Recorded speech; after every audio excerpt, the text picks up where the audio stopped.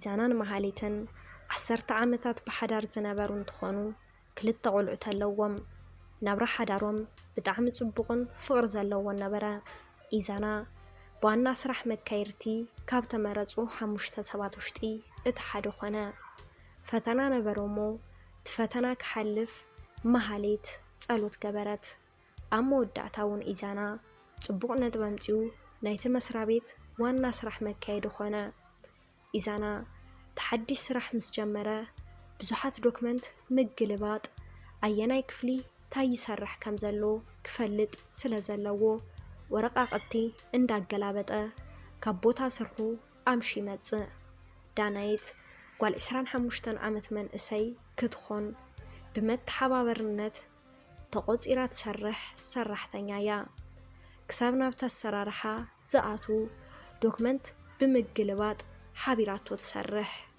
نايت سرح تساباي سلزخونا ملو معالتي كابناتو أوفيس عيد السعانن تا عينت زي دخ موسم مخانو يقرما مساح ساعات مبتحو تنقرو دانايت بعلايا أب أوفيس بحدا زحلفو ووغزة إنا بزحة مسمتة ناي سرح درجوهم تيف فلاليهم تقراريبهم يسرحو دانايت يقدع مهلون ناي سرح تعنتو نخق النس عسرت حدا ساعات نابقزقو نخخد نقوقو بمحساب تنقرو إزانا ندانايت كونه نخالقو تسرحتنيا بزلو لوحاتن كأنعنان دانايت إنا فتو الطمتيا بخمس ملكع بحدا موعل بزمتو من اللماج قال إسران حموشتن عمت دانايت بودر وعن كلتن عمت إزانا بفقر ودقت إذا سمعيتا نحد عمت كاب لبا تيوزت كامو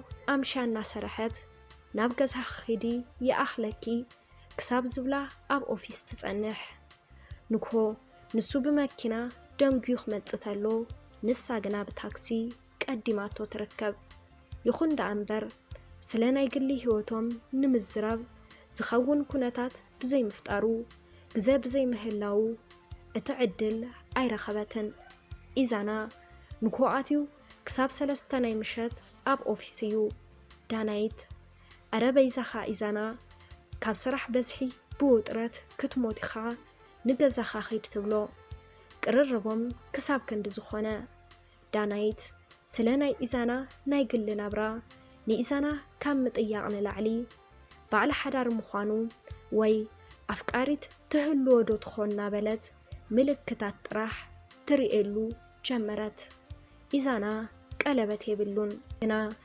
بخمي بزعد ميون بزناي تمرت درجة حدار زيبلو زخونا بلد تحسب ماليس هادما حدار تزهلو قنا كمي جيرو كساب 3-4 ساعات أب أوفيس يخون كتبل نبعلا تسفات هب حدا معالتي حدا سرح دحقزتو تيتفلتهم 10 ساعات ملأ ماشيكي خيدي بقى أنا قروب زنحة كوتس يبلا كساب حزت زنحية حدا عفو بحدا نوتس كتبل تزاربتو صبقيلو سرحهم كتسألو بحدا سرح كابز جمرو نمجمر تاقزة تفالية الرأايا أستوعللا ولا قوا ازقزة كابز حلف إسرع عمت تقبرة نقسن التسمعو نخيس كفا كمستا بخمستا ملسلا عبد ساعات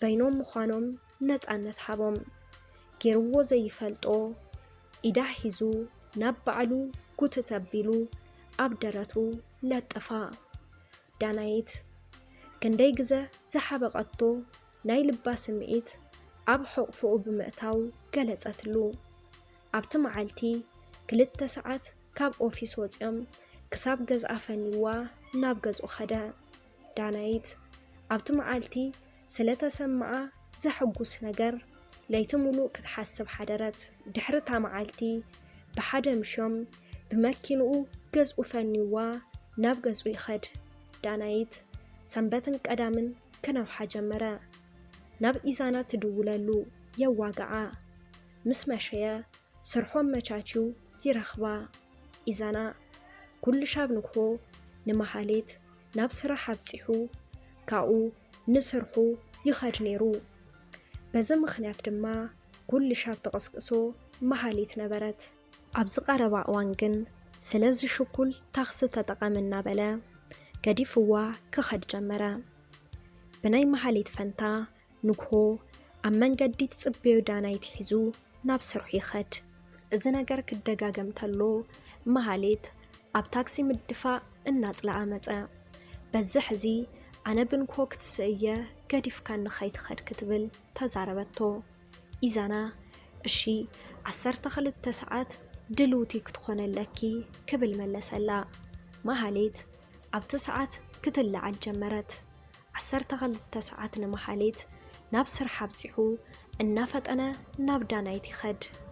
ናይ ኢዛናን ዳናይትን ርክብ ብሕቡእ በዚ መልክዕ ቀጸለ።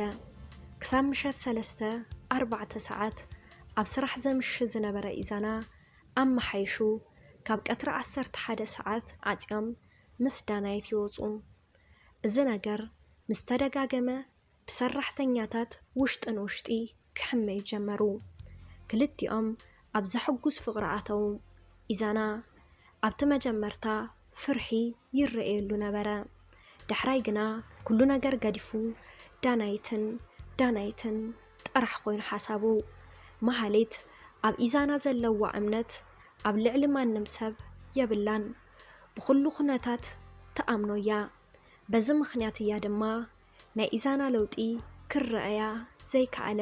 ዳናይት ምስ ኢዛና ንቐጻሊ ትገብሮ ሕጉስ ህይወት ብምሕሳብ ብዙሕ ሕልምታት ተሓልም።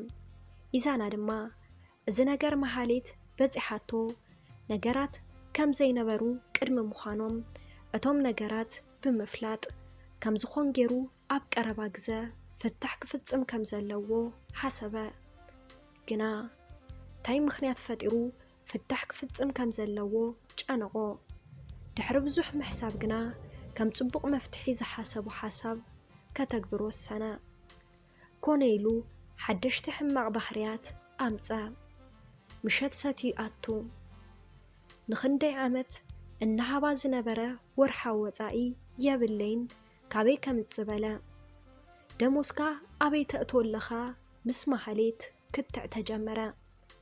ኣብ ክዳውንቱ ክትሓጽበሉ ተላ ሽጋራን ላይተርን ተረኸበ።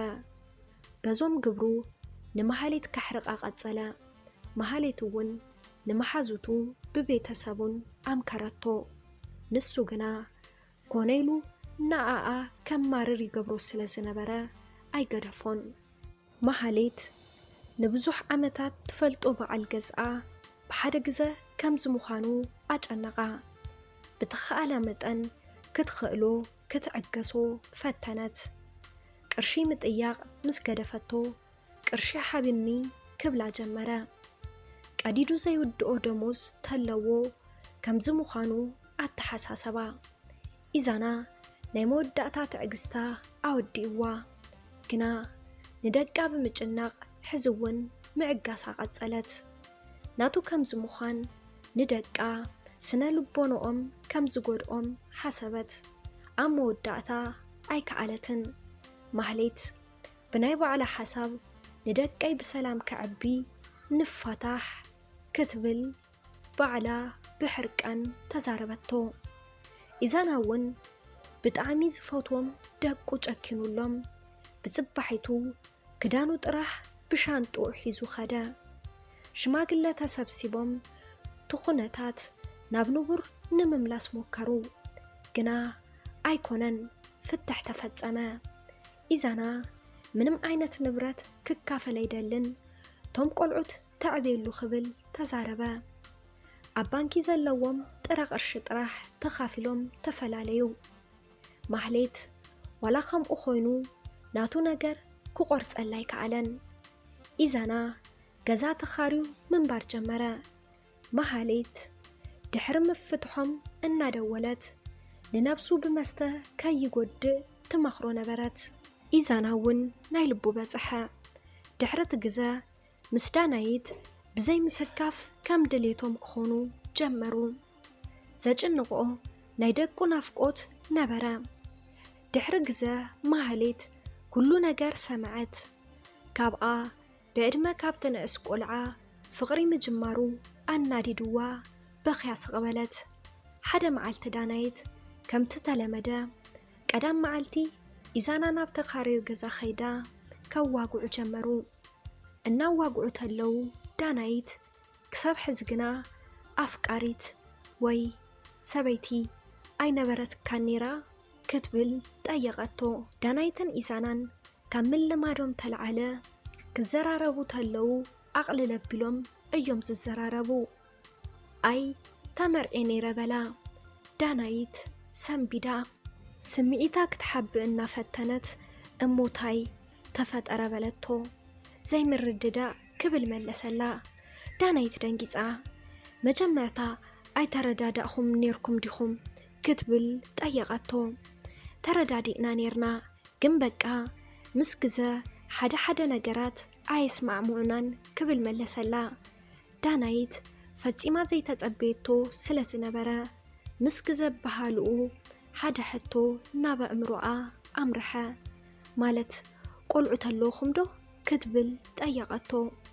እወ ክልተ ቆልዑ ተለውና ወዲ 9 ወዲ 6 በላሞ ብድንጋጸ ብልብኻ ዲኻ ክትብል ጠየቐቶ።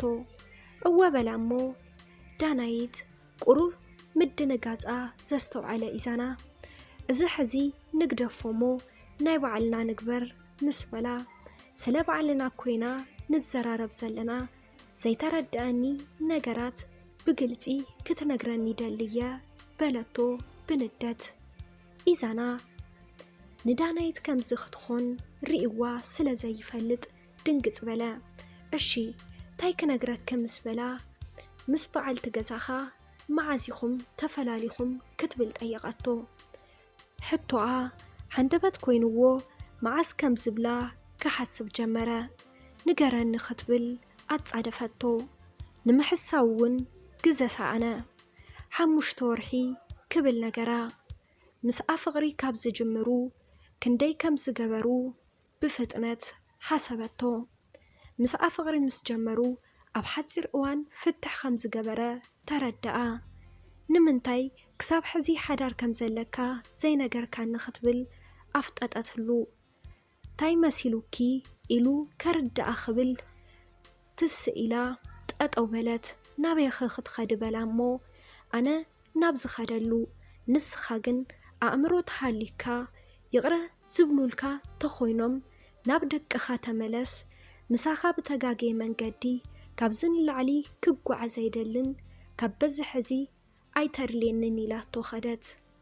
ኢዛና ተሰናቢዱ ስቕኢሉ ረአያ ወፅያ ኸይዳ ኣይትኸተላን። ንነዊሕ ሰዓት በይኑ ከፈለ። ካብኡ ንደገ ወፅዩ ብንደት ምኻድ ክሳብ ዝኣብዮ ሰትዩ ተመለሰ። ዳናይት እንታይ ፈለጠቶም ስለ ደቁ ስለ ሓዳሩን ክትጭነቐሉ ተላ ንሱ በንጻሩ ኣእምርኡ ብምዕዋሩ ብጣዕሳ ተሳቀየ። ንዳናይት ድሕርታ መዓልቲ ኣይረአያን። ናብ ስራሕ እውን ድሕርታ መዓልቲ ኣይከደትን። እቶም ቆልዑት ኣቦና ንምንታይ ገዲፉና ኸይዱ ኢሎም ንመሃሌት ክጥይቕዋ ተለዉ ካባና ንላዕሊ ናይ ሓንቲ መንእሰይ ፍቕሪ በሊጽዎ ኸይዱ ክትብሎም ተላ ይረአዮ እሞ ንነብሱ ጸላኣ። ከም ናይ ዓበይቲ ሰባት ናይ ባዕሉ ደቁ ዓይኒ ምርኣይ ፈርሐ። በዚ ሕዚ ኣብ መሃሌት ክበጽሕ ከም ዘይኽእል ድፍረት ከም ዘይብሉ እርግጸኛ ኾነ። ናይ ደቁን ናይ መሃሌትን ናፍቆት በይኑ ምስኮነ ተረአዮ። ብንደት ድሕሪ ስራሕ እንዳመስተ ኾይኑ መኸይዲኡ። እዚ ዘስተውዐሉ መሓዙቱ ንመሃሌት ከርድእዋ ንገዝኣ ኸዱ። ንሳ ግና ጸሪፋ መለሰቶም። ብዙሕ ዋላ ተለመንዋ በዚ ጉዳይ ከይትመጹኒ ክትብል ተዛረበት። ሓደ መዓልቲ ኢዛና ብሓይሊ ሓሚሙ ምድቃሱ ሰምዐት። ታየእቲኒ ኣነሞ ኢላ ስቕበለት። ግና ዋላ ንሳ ከምኡ ትበል እምበር ልባ ግና ኣይዓረፈላን ተሓሳብ ኣይገደፋን። ኣብ ጥራይ ገዛ ተሞተ። እቶም ቆልዑት ምስ ዓበዩ ክጻርፉን እዮም ኢላ ናብ ተኻርዩ ገዛ ኸደት። ተሸፊኑ እግሩ ዘርጊሑ ደቂሱ ነበረ። ከምኡ ኮይኑ ምስ ረአየቶ ዝሞተ መሲልዋ ንሰውነታ ዝኾነ ነገር ወረራ። ገጹ ገንፂላ ረአየቶ ተጎሳቂሉ እዩ። ኣየኽአላን ክሳዱ ሓቂፋ በኸየት። ዋላ ንሱ ሓቂፍዋ በኸየ። ንዓኺ ይቕሬታ ምጥያቕ ንባዕሉ ድፍረት ተኾነ ይቕሬታ ክብል ጠየቓ። ንምንታይ ከምዚ ትገብር?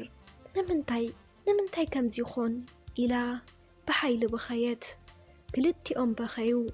ዳሕራይ ምስ ተፈለጠ ኢዛና መሃሌት ንኽትሓዝነሉ እምበር ሓሚሙ ኣይነበረን። ሓሚሙ ዝብል ወረ እውን ናብኣ ክበፅሕ ዝገበረ ባዕሉ ኢዛና እዩ ነይሩ። ሓሚሙ ተባሂላ ከም ዘይትቐሪ ተስፋ ገይሩ እዩ ነይሩ። መሃሌት እውን ከም ተስፋ ዝገበሮ መፅያ። ኢዛናን መሃሌትን ባዕሎም ሰላም ፈጢሮም ብሓደ ምንባር ጀመሩ።